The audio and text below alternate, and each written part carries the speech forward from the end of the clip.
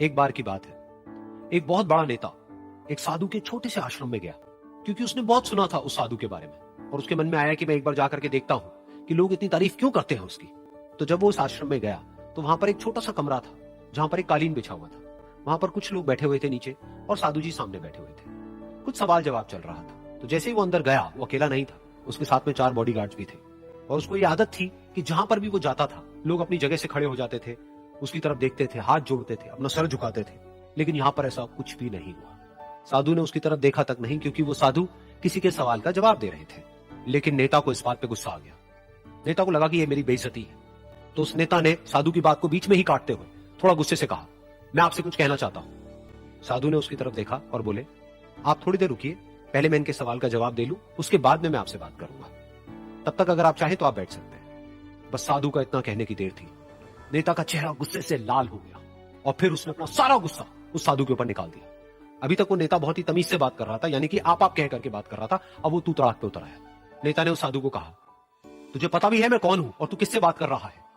साधु ने उसकी तरफ देखा और कहा, मुझे इससे कोई फर्क नहीं पड़ता कि आप कौन है, लेकिन आप जो कोई भी है, अगर आप चाहते हैं कि मैं आपके सवाल का जवाब दूं या आपसे बात करूं तो आपको कुछ देर रुकना होगा। और साधु के ये कहते ही नेता गुस्से से पागल हो गया और वहीं सबके सामने चीखने चिल्लाने लग गया, अब मैं तुझे तेरी असली औकात दिखाऊंगा। तूने मुझसे पंगा लेकर के ठीक नहीं किया है। तुझे पता भी है मैं तेरे बारे में क्या सोचता हूं। साधु ने फिर से उसकी तरफ देखा और बड़े ही प्रेम से कहा कि मुझे इससे कोई फर्क नहीं पड़ता है कि आप मेरे बारे में क्या सोचते हैं, आप जो चाहे वो मेरे बारे में सोच सकते हैं। फिर उस नेता ने बोला कि तुझे सुनना चाहता है या नहीं, लेकिन मैं तुझे बताऊंगा यही सबके सामने कि मैं तेरे बारे में क्या सोचता हूं। तू एक बहुत ही घटिया इंसान है, तू कोई साधु नहीं है, तू एक ढोंगी है, पाखंडी है, और यहां पर जितने भी लोग बैठे हैं उन सबको बेवकूफ बना रहा है। तेरा बस एक ही मकसद है, इन लोगों की जेब में जितना भी पैसा है वो सब तेरे पास में आ जाए। तू अपने फायदे के लिए इन लोगों का इस्तेमाल कर रहा है और अब मैं तुझे नहीं छोड़ने वाला। तेरा पर्दाफाश करके रहूंगा पूरी दुनिया के सामने। लेकिन उसके इतना बोलने के बाद भी उस साधु के चेहरे पर हल्की सी मुस्कान बनी ही रही। ये देखकर वो और दिल मिला गया और उसने कहा, अब बहुत हुआ, अब मैं यहां 1 मिनट भी नहीं रुकने वाला, लेकिन अभी भी तेरे पास में मौका है।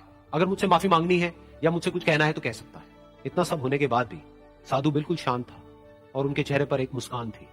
उन्होंने अपनी आंखें बंद कर ली। फिर साधु ने अपनी आंखें खोली, हाथ जोड़े और कहा कि मुझे आपसे कोई गिला शिकवा नहीं है, मेरे मन में आपके लिए कोई भी गलत ख्याल नहीं है। जो भी आपने मेरे बारे में कहा वो आपकी अपनी सोच थी, तो मुझे आप में कोई भी बुराई नजर नहीं आती है। मुझे आप एक बहुत ही भले इंसान लगते हैं। और साधु के इतना कहते ही नेताजी का दिमाग 7वें आसमान पर पहुंच गया। उनके चेहरे पर एक अजीब सी खुशी थी, क्योंकि उस साधु ने वो ही कहा जो बाकी सब लोग उस नेता को कहते हैं। और वो खुशी खुशी उस आश्रम से अपने घर की तरफ चला गया और जा करके अपने पिताजी के साथ में बैठ गया। उसके पिताजी की आंखें बंद थी और वो ध्यान में थे। पूरी जिंदगी उन्होंने सिर्फ लोगों की सेवा करी और बदले में कुछ भी एक्सपेक्ट नहीं किया। तो थोड़ी देर बाद जब उन्होंने अपनी आंखें खोली और देखा अपने बेटे को अपने साथ बैठे हुए, तो उनके बेटे के चेहरे पर आज एक अजीब सी खुशी थी जो आज से पहले उन्होंने कभी नहीं देखी थी। फिर उसने एक एक करके सब कुछ बताया कि आज क्या हुआ, किस तरह से वो आश्रम गया, वहां पर क्या हुआ, उसने क्या कहा, उन्होंने क्या कहा। तो जब इसके पिताजी ने पूरी बात सुनी तो थोड़ा सा मुस्कुराए और अपने बेटे को देख करके बोले कि उन्होंने तुम्हारी तारीफ नहीं करी है, क्योंकि उन्होंने वो नहीं कहा कि जो तुम हो, उन्होंने वो कहा कि जो वो खुद है। और तुमने जो भी कुछ उनको कहा वो नहीं कहा कि जो वो है, बल्कि तुमने वो कहा जो तुम खुद हो। यही बात वेदों में भी कही गई है, यथा दृष्टि तथा सृष्टि। ये दुनिया तुम्हें वैसी नहीं दिखती है जैसी कि ये दुनिया है। ये दुनिया तुम्हें वैसी दिखती है जैसे तुम खुद हो। जिसकी नजर जैसी है उसके लिए ये दुनिया वैसी ही है। तो अगर तुम अपनी दुनिया को बदलना चाहते हो तो उसका सिर्फ एक तरीका है, अपनी नजर को बदलो।